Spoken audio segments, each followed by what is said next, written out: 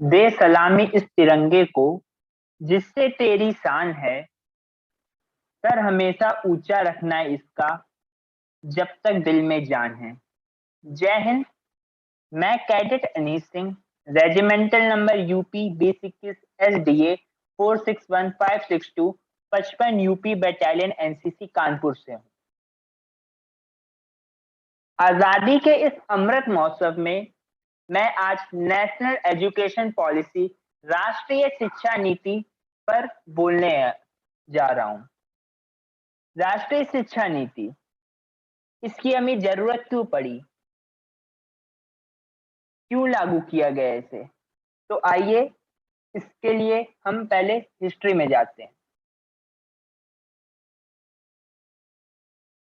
आजादी के बाद 1947 में मौलाना अबुल कलाम आजाद को इंडिया का पहला एजुकेशन मिनिस्टर बनाया। उस टाइम गवर्नमेंट को एजुकेशन में काफी दिक्कत आ रही थी। काफी रूरल और अर्बन एरियाज में इंडिया के लिटरेसी रेट काफी गिर गया था। तो गवर्नमेंट ने कई सारे प्रोग्राम स्पॉन्सर किए, ऑर्गेनाइजेशन बनाई, जिससे कि लिटरेसी रेट इनका बढ़ाया जा सके। इसी के चलते 1961 में यूनियन गवर्नमेंट ने एक ऑर्गेनाइजेशन बनाया जिसका नाम था NCERT, national council of educational research and training, राष्ट्रीय शैक्षिक अनुसंधान और परिशिक्षण परिषद। इसका काम यह था कि राज्य और राष्ट्रीय स्तर स्तर पर शिक्षा नीतियों को कैसे लागू करना है उस पर ध्यान देना। इसी के चलते पहली शिक्षा नीति नेशनल एजुकेशन पॉलिसी 1968 में लागू हुई।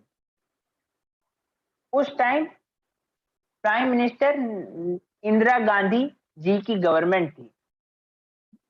इस पॉलिसी में यह था कि जो छात्र हैं, बच्चों को 14 आयु तक की शिक्षा लेनी अनिवार्य है और इसमें कई सारे अपॉर्चुनिटी भी दी गई।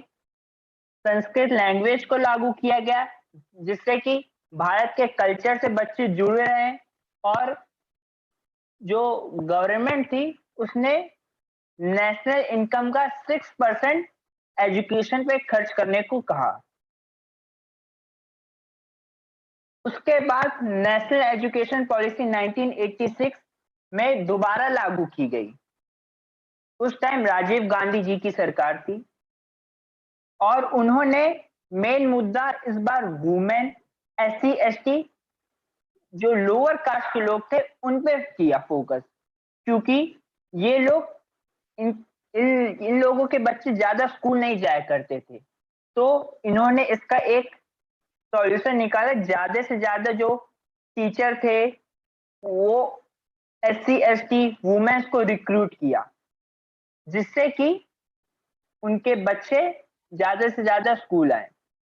और 1986 में भी इस नीति में भी 6% नेशनल इनकम पे खर्च करने को कहा गया। उसके बाद अगली पॉलिसी 1992 में आई। ये दरअसल 1986 वाली नीति की को मॉडिफाई किया गया था वो PV नरसिम्हा राव की गवर्नमेंट में। इसमें ये कहा गया था जो 10+2 इंटरमीडिएट लेवल है वो एक अब एज अ स्कूल का पार्ट हो जाएगा। पहले ये स्कूल का पार्ट नहीं हुआ करता, अलग से हुआ करता था स्कूल से, लेकिन अब ये एक स्कूल के पूरे उसमें आ जाएगा। और दूसरा था कि इन्होंने एक प्लान ऑफ एक्शन बनाया जिसके अंतर्गत हर एक छात्र को एक कॉमन एंट्रेंस एग्जाम देना पड़ेगा, जिससे कि वो देश के विभिन्न कॉलेजों में एडमिशन ले सके, जैसे कि JEE, AIEEE, ये राष्ट्रीय स्तर के लिए, और SLEEE राज्य स्तरों के लिए था। और उसके बाद हाल ही में नई शिक्षा नीति 2020 में लागू की गई। ये श्री नरेंद्र मोदी जी के गवर्नमेंट में आई।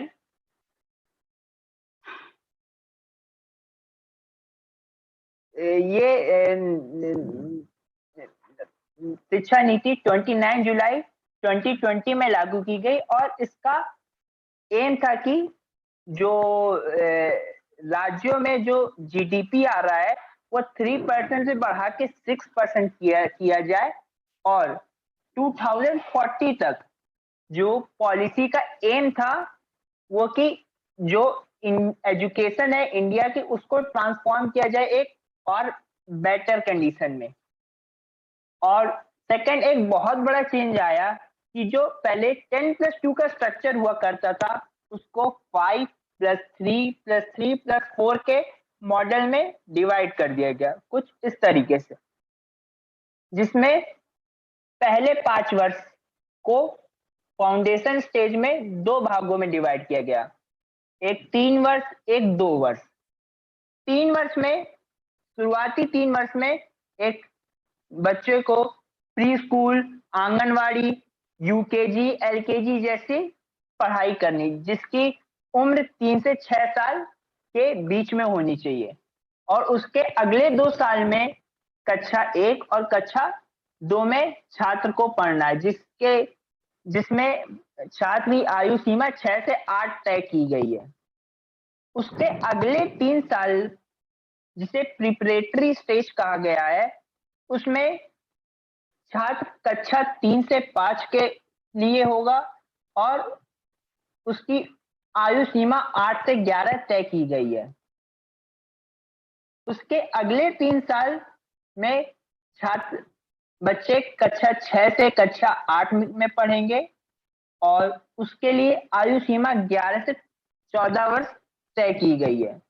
और उसके अगले 4 साल में जो बच्चे हैं वो कक्षा 9 से कक्षा 12 के में पढ़ेंगे और उनके लिए उम्र सीमा 14 से 18 तय की गई है। और एक काफी बड़ा बदलाव लाया गया है कि जो 3 से जो आप कोई भी कोर्स करते हैं ग्रेजुएशन का आप इंटर लेवल के बाद कोई भी कोर्स करते हैं तो अगर आप 1 साल का कोई भी कोर्स करते हैं फर्स्ट ईयर का तो आपको उसका as a certificate as a जरूर मिलेगा। और कोई आप कोर्स करते हैं सेकेंड ईयर का तो आपको उसको एडवांस डिप्लोमा मिलेगा, एडवांस डिप्लोमा। अगर आप कोई कोर्स करते हैं 3 इयर्स का 3 साल का तो उसको आपकी डिग्री मिलेगी। और आप अगर कोई 4 साल का कोर्स करते हैं तो आपको उसका बैचलर डिग्री के साथ एक रिसर्च सर्टिफिकेट भी मिलेगा। और भी काफी कुछ हमारी इस शिक्षा नीति में लागू किया गया। अतः जय हिंद, जय भारत, धन्यवाद।